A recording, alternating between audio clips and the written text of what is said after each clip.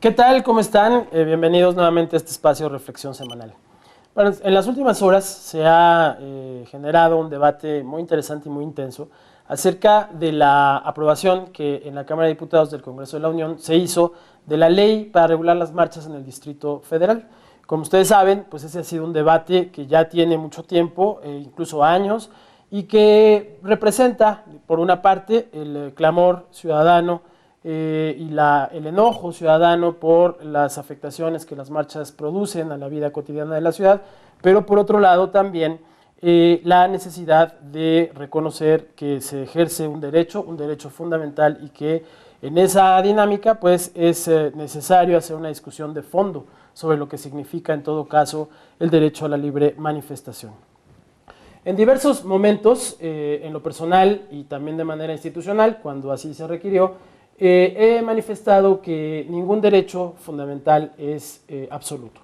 Todos los derechos reconocen algunos límites y esos límites están planteados fundamentalmente por otros derechos, por normas que están dentro de la Constitución y también por algunas normas como los códigos penales o las leyes o reglamentos que identifican como infracciones o como delitos determinados comportamientos.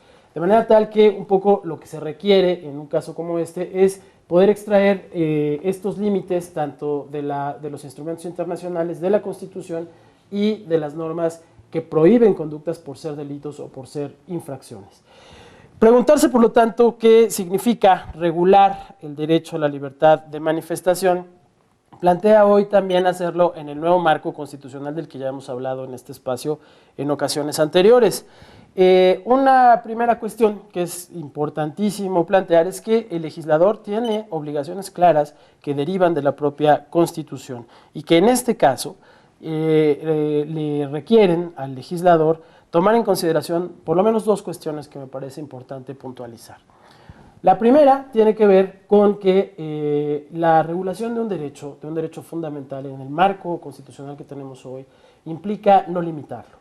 Una regulación de un derecho fundamental no puede limitarlo porque eso significaría retroceder, significaría una suerte de regresión respecto de un derecho que ya ha sido conseguido y que ya está claramente protegido en la propia Constitución. Ello, por ejemplo, quiere decir que no se pueden poner horas para ejercer un derecho o lugares para ejercer un derecho, como lo hace desafortunadamente esta iniciativa de ley que se aprobó. Al contrario, en todo caso, lo que es importante es que el legislador construya condiciones para ejercer con mayor amplitud ese derecho.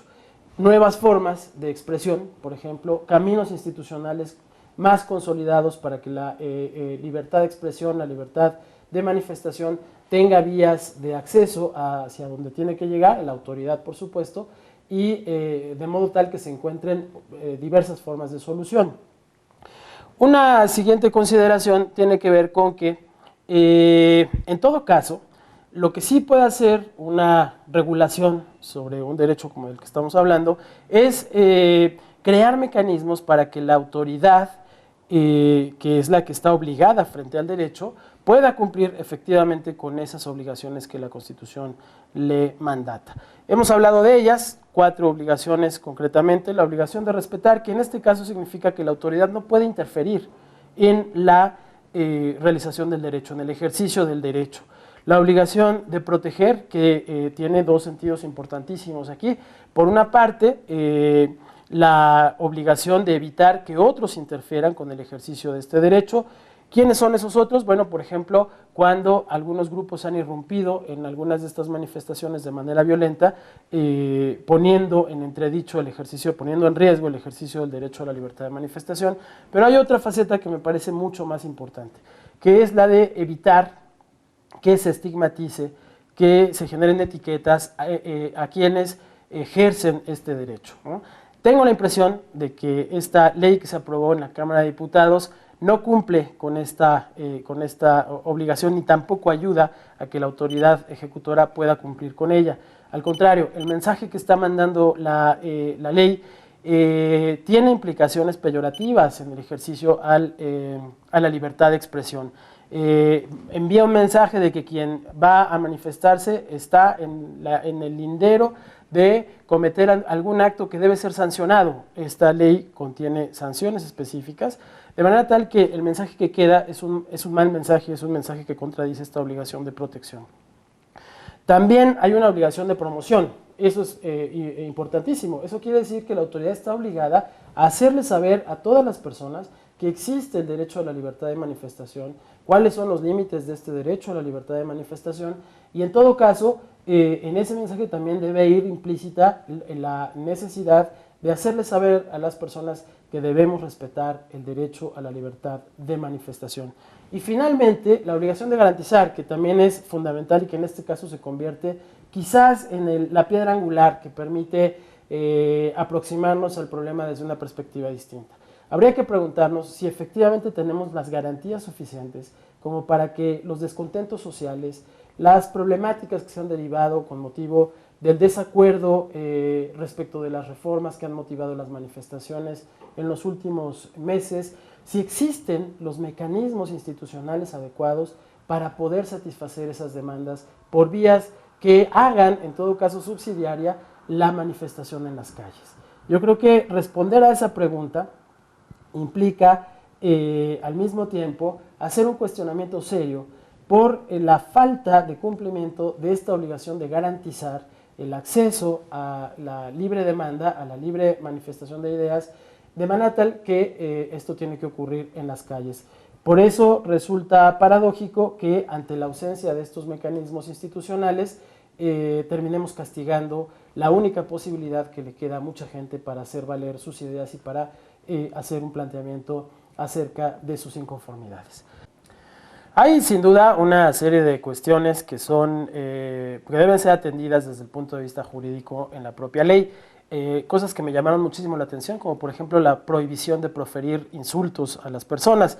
Me parece que ahí la ley se excede. Y también hay otras situaciones en las que se habla también de la prohibición de que personas que no sean ciudadanos mexicanos, si entendemos personas extranjeras, se manifiesten en las calles de la Ciudad de México. Habría que clarificar ahí en qué sentido una manifestación, pensemos por ejemplo en la de las madres hondureñas que año con año hacen una caravana no solamente en la Ciudad de México, sino por todo el país, en qué sentido podríamos prohibirles, bajo el nuevo marco constitucional, insisto muchísimo, que al no ser ciudadanos mexicanos se manifestaran en las calles.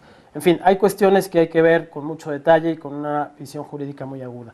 Pero finalizo planteando tres temas que desde el punto de vista político me parecen fundamentales. Uno tiene que ver con el hecho de que sea la Cámara de Diputados del Congreso de la Unión la que esté legislando una situación que se da en la Ciudad de México. Se ha hablado acerca de la competencia de este órgano para legislar en la ciudad. Creo que el problema está más allá, es un problema más que jurídico de orden político, porque tiene que ver justamente con contradecir de facto la intención que el gobierno del Distrito Federal ha tratado de llevar hacia adelante en términos de la reforma política del Distrito Federal. No parece tener sentido que estemos hablando con los partidos a nivel federal, con el Congreso de la Unión, de dotar a la Ciudad de México de mayor autonomía y, por otro lado, los diputados en la Cámara de Diputados estén legislando en nuestro territorio. Ese creo que es un mensaje que debe atenderse desde el punto de vista político. Un segundo elemento es que también es cuestionable que se aproveche el descontento ciudadano que generan desafortunadamente las marchas en la Ciudad de México para montarse en una legislación que termina siendo restrictiva de derechos humanos. Me parece que eso abona, como decía yo hace un momento, a la estigmatización de quienes hacen ejercicio de su derecho a manifestarse de manera libre y también abona a que se construyan soluciones de mano dura que seguramente en nada van a ayudar a resolver los problemas de fondo, los que dan lugar precisamente a esas marchas y manifestaciones. Y la tercera cuestión es que nuevamente el PRI, el PAN y el Partido Verde Ecologista terminan poniéndole un cerco, en este caso un cerco legislativo, a el Distrito Federal, al gobierno de Miguel Ángel Mancera. Creo que son tres cuestiones que no pueden dejar de atenderse desde la perspectiva política. No quiero terminar este espacio sin dedicarlo a don Juan Alarcón, ombudsman del estado de Guerrero, quien falleció el día de ayer después de una dura lucha contra el cáncer. Querido Juan, en donde quiera que estés, vamos a estar siempre, siempre contigo y siempre abrevando del ejemplo que en vida nos diste. Alguien decía en alguna ocasión, hay ombudsman y hay presidentes de comisiones de derechos humanos. Juan Alarcón, sin duda, era un ombudsman. Soy Luis González Plasencia y me da muchísimo gusto estar con todas y todos ustedes. Nos vemos la semana próxima.